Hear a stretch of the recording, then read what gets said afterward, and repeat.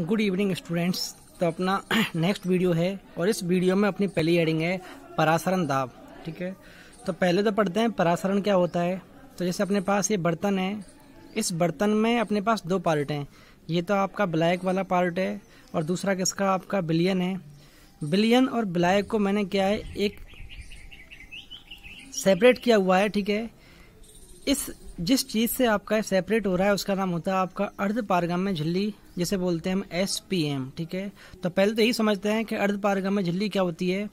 जैसे घरों में देखा होगा आपकी मम्मियाँ चाय बनाती हैं, तो चाय में से क्या होता है अपना दूध तो पास बाहर निकल जाता है, जबकि चाय के जो दाने हैं ना वो क्या होते हैं आपके रुक जाते हैं। ठीक है, तो वो क्या आपकी एक झिल्ली टाइप ही है। तो ऐसी झिल्ली जो खुद में से ब्लैक के अणुओं को निकलने देती है जबकि ब्लैक के कणों को नहीं, उसे बोलते हैं अर्धपारगम्य झिल्ली। ठीक है, SPM। ऐसी झिल्ली जो खुद अपने में से ब्लैक के मॉलिक्यूल्स को निकलने देती है, ब्लैक के मॉलिक्यूल्स को नहीं, उसे बोलते हैं हम अर्धपारगम्य झिल्ली। क्यों?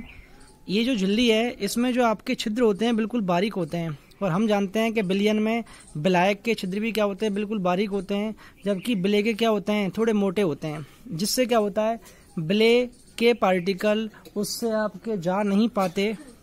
ठीक है, तो इसमें अपने को चेक करना है कम सांद्रता का बिलियन आपका ये है ब्लैक की साइड में, और अधिक सांद्रता का बिलियन कौन सा आपका ये वाला। ठीक है, तो ब्लैक के अणुओं का कम सांद्रता वाले बिलियन से अधिक सांद्रता वाले बिलियन की ओर स्वतः प्रवाह है, उसे बोलते हैं परासरण। ठीक है, मैं एक बार वापस बोलता हूँ। ब्लैक के अणुओं का कम सांद्रता वाले बिलियन से अधिक सांद्रता वाले बिलियन की तरफ स्वतः प्रवाह है, कहाँ से? अर्धपारगम्य झिल्ली से होकर, उसे बोलते हैं परासरण। ठीक है, अब अपने को इसमें एक और चीज़ ध्यान रखनी है कि इसका कोई एग्जाम्पल SPM का, तो इसका एग्जाम्पल अपने पास होगा K4FeCN का होल 6, यहाँ पे क्या होगा आपका CO2। ठीक है, तो ये भी अपने को ध्यान रखना है। कॉपर फेरोसाइनाइड भी इसका एक एग्जाम्पल है अपने पास। ठीक है, अब देखो इसमें अपने ये समझना है कि जो ब्लैक है ना इसकी सांद्रता कम क्यों है, क्योंकि अपने को पता है ब्लैक में सिर्फ ब्लैक के पार्टिकल्स हैं, जबकि बिलियन में अपने पास क्या है ब्ले भी है और अपने पास क्या है ब्लैक भी है। तो ये तो आपका अधिक सांद्रता वाला एरिया है।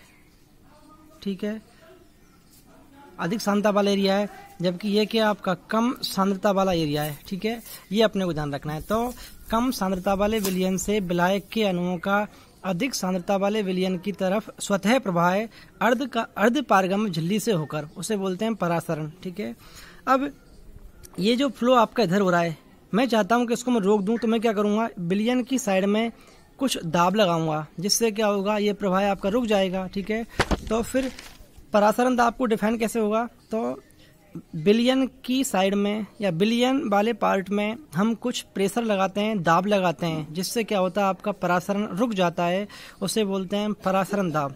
ध्यान रखना है, परासरण की प्रक्रिया को रोकने के लिए बिलियन की तरफ लगने वाला प्रेशर क्या होगा आपका परासरण दाब होगा। यदि आपने इस परासरण दाब को बिलियन की साइड में ज़्यादा लगा दिया, यदि आपने दाब को बिलियन की साइड में परासरण दाब से ज़्यादा लगा दिया तो उल्टा होगा। इसमें ये जो बिलियन के आपके मॉलिक्यूल है ना, इसमें से क्या होगा आपके मॉलिक्यूल निकलेंगे और कहाँ जाएंगे आपके ब्लैक की साइड में। ठीक है, उसे बोलते हैं रिवर्स ऑस्मोसिस, विपरीत परासरण। घरों में जो आपका आर होता है ना, RO आपका इसी विपरीत परासरण पर काम करता है। ठीक है, तो आपको तीन चीज ध्यान रखनी है। पहला, परासरण क्या होता है इसमें बोलना आपको अर्धपारगम्य झिल्ली से होकर ब्लैक के अणुओं का कम सांद्रता वाले विलयन से अधिक सांद्रता वाले विलयन की तरफ स्वतः प्रवाह है, उसे बोलते हैं परासरण। परासरण दाब क्या होता है? परासरण की प्रक्रिया को रोकने के लिए बिलियन की साइड में लगने वाला दाब क्या होगा आपका परासरण दाब होगा। यदि परासरण दाब से अधिक दाब आपने बिलियन की साइड में लगा दिया, तब ब्लैक के मॉलिक्यूल हैं वो क्या होंगे बिलियन में से निकलेंगे और ब्लैक की साइड में आएंगे, इसे बोलते हैं विपरीत परासरण। ठीक है, तो इसमें ये लिखा हुआ पूरा आपका। ठीक है, परासरण दाब का सिंबल क्या होता है आपका पाई, फॉर्मूला क्या होता है CRT या CST। C होती है मोलरता या सांद्रता, जिसे लिखते हैं हम N/B, और इसके बाद ये आपको ध्यान रखना है फॉर्मूला। ठीक है, डब्ल्यू बी बिले का भार है, एम बी बिले का अनुभार है, ठीक है।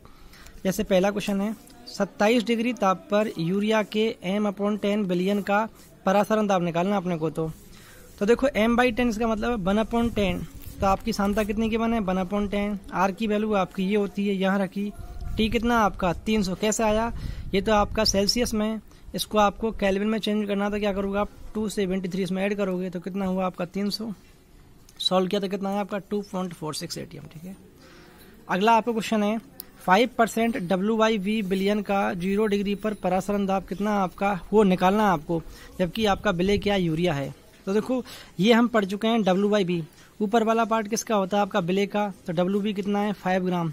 नीचे वाला किसका होता है बिलियन का, तो बिलियन कितना आपका 100 ml ये मानते हैं, ठीक है। ml का मतलब कितना होगा 0.1 लीटर, क्यों आपने यहाँ पे क्या किया 1000 का भाग दिया।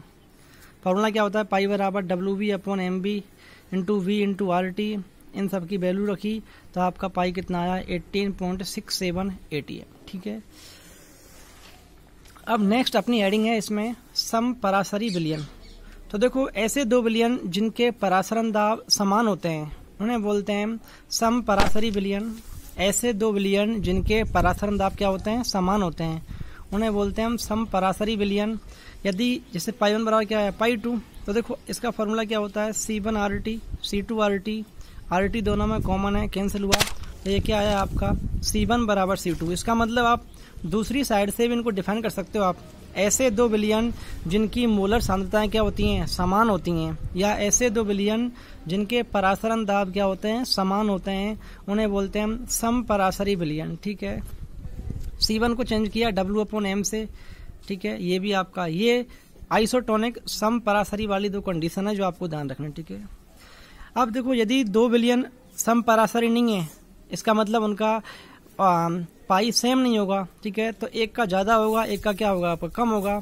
तो जिसका परासरण दाब ज्यादा होगा वो तो कौन सा होगा आपका अति परासरी होगा, और जिसका परासरण दाब कम होगा वो क्या होगा आपका अल्प परासरी होगा, ठीक है। इसमें 3 डेफिनेशन है। पहली कौन सी है सम परासरी विलयन, ऐसे विलयन जिनके परासरण दाब समान होते हैं या जिनकी मोलर सांद्रताएं समान होती हैं उन्हें बोलते हैं हम सम परासरी विलयन। और जिनके परासरण दाब समान नहीं होते, इसका मतलब एक का ज्यादा होगा एक का कम होगा, तो जिसका परासरण दाब ज्यादा होगा उसका नाम तो होगा आपका अति परासरी विलयन, और जिसका परासरण दाब कम होगा उसका नाम होगा आपका अल्प परासरी विलयन, ठीक है।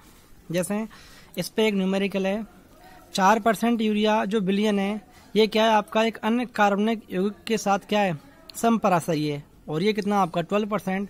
तो ये बोला जो आपका अननोन कंपाउंड है ना उसका आप अनुभार निकालो। तो बिलियन 1 है यूरिया का है, बिलियन 2 अपने को पता है अननोन है जिसका अपने को अनुभार निकालना है।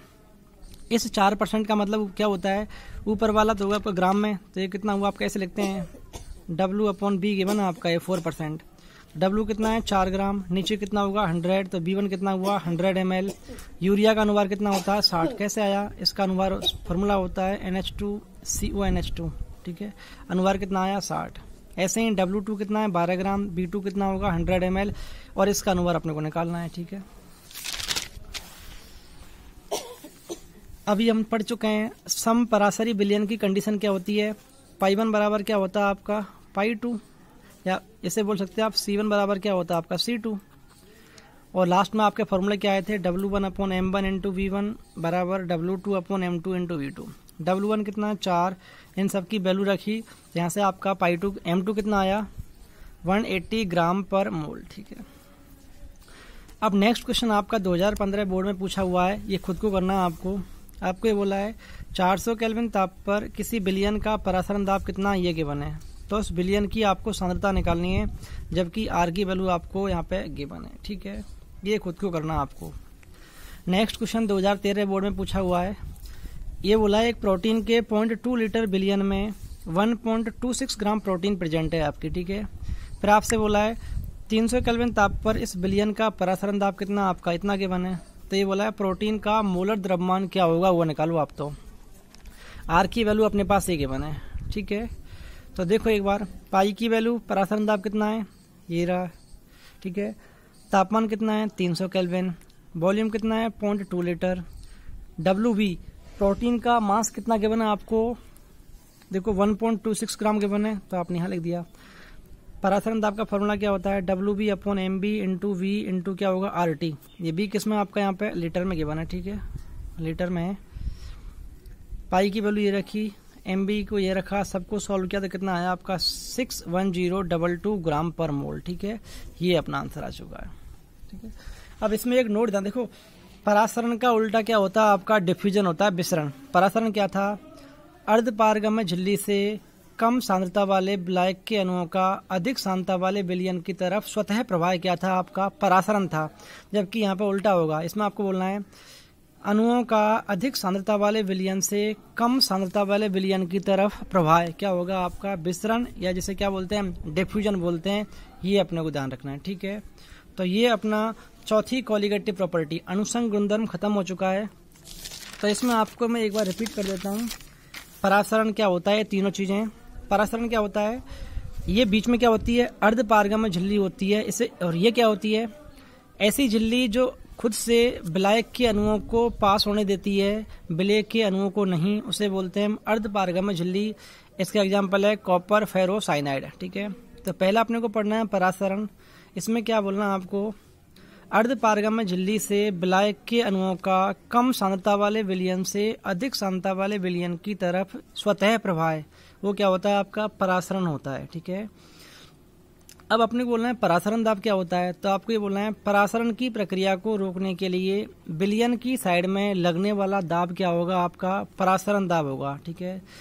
यदि आपने इस परासरण दाब से अधिक दाब विलयन की साइड में लगा दिया तो क्या होगा, ये जो विलयन के अणु है ना, ये क्या होंगे आपके ब्लैक की तरफ भागेंगे। इसे बोलते हैं विपरीत परासरण। घरों में जो आपका आरओ होता है वो आपका विपरीत परासरण पर ही काम करता है, ठीक है। फिर मैंने बोला था इसमें आपको सम परासरी विलयन क्या होते हैं, ऐसे दो विलयन जिनके परासरण दाब क्या होते हैं समान होते हैं, उन्हें बोलते हैं सम परासरी विलयन। या इसको आप और डिफाइन कर सकते हो, ऐसे दो विलयन जिनकी मोलर सांद्रताएं क्या होती हैं समान होती हैं, उन्हें बोलते हैं सम परासरी विलयन, ठीक है। अब यदि आपका विलयन सम परासरी नहीं है, इसका मतलब दो विलयन में से एक का परासरण दाब क्या होगा ज्यादा होगा, एक का क्या होगा आपका कम होगा। तो जिस विलयन का परासरण दाब ज्यादा होगा वो तो होगा आपका अति परासरी विलयन, और जिस विलयन का परासरण दाब क्या होगा आपका कम होगा वो क्या होगा आपका अल्प परासरी विलयन, ठीक है। ये आपका है